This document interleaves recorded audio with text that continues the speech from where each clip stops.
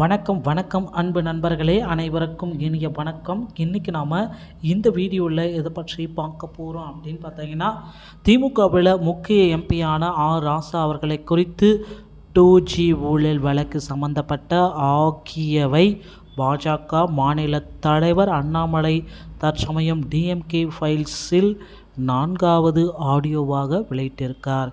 இதில் எம்பி ராசா அவர்களும் முன்னாள் உளவுத்துறை அதிகாரியான ஜாபர் என்பவரிடம் ராசா அவர்கள் இதற்கு மேல் வரப்போகிற ரெய்டே பற்றி எப்படி இருக்கும், யாருடைய வீட்டில் ரெய்டு வருவதற்கான வாய்ப்புகள் உள்ளது, ரெய்டின் போது என்ன மாதிரியான ஆவணங்கள் கண்டெடுக்கப்பட்டது என்று பல மர்ம முடிச்சுகள் போட்டு ராசா அவர்கள் பேசக்கூடிய அந்த டிஎம்கே ஃபைல்ஸோடைய த்ரில்லான ஆடியோவானது பாஜக மாநில தலைவர் அண்ணாமலை அவர்கள் நேற்று வெளியிட்டிருந்தார்.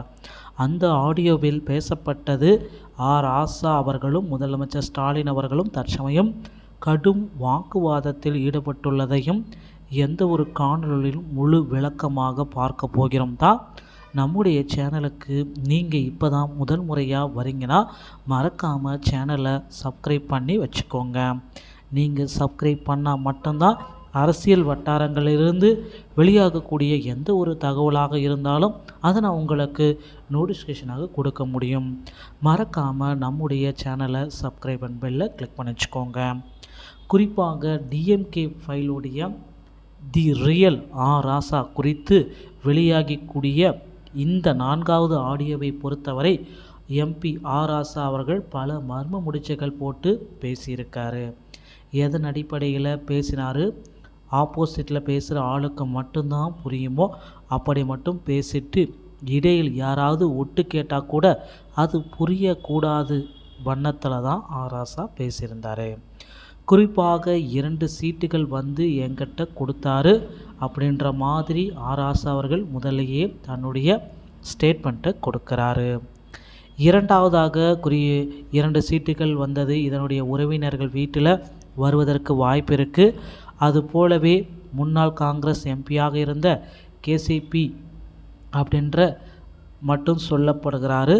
கேசிபிஆர் அப்படின்னு பார்க்கும்பொழுது கேசி பழனிசாமி என்பவர் குறித்து குறிக்கிறதா, அந்த ஆடியோவில் வந்து போடப்பட்டு இருக்கிற இந்த ஷோ மாதிரி யாரோ வீட்டில் ரெய்டு வரப்போகுது அப்படின்னு ராசா அவர்களுக்கு முன்னாடியே தெரிஞ்சதுனால தான்.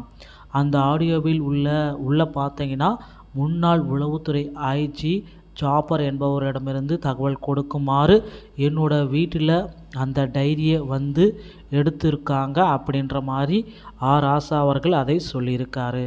ஆனால் அந்த டைரியில் என்ன இருக்குது அப்படின்ட்டு ராசா அவர்கள் விளக்கம் கொடுக்கல. டைரி மட்டும் மாட்டிக்கிச்சு அப்படின்ற மாதிரி சொல்லார். உடனே அதற்கு ஜாபர் என்ற உளவுத்துறை அதிகாரி அப்படியே சார் இப்படி மாட்டிக்கினா அதனால் பிரச்சனை ஆகிடுமோ அப்படின்ற மாதிரி சொல்லார்.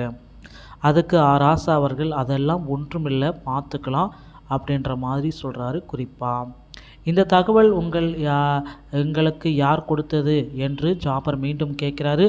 ஜாபர் என்பவர் உளவுத்துறை அதிகாரி.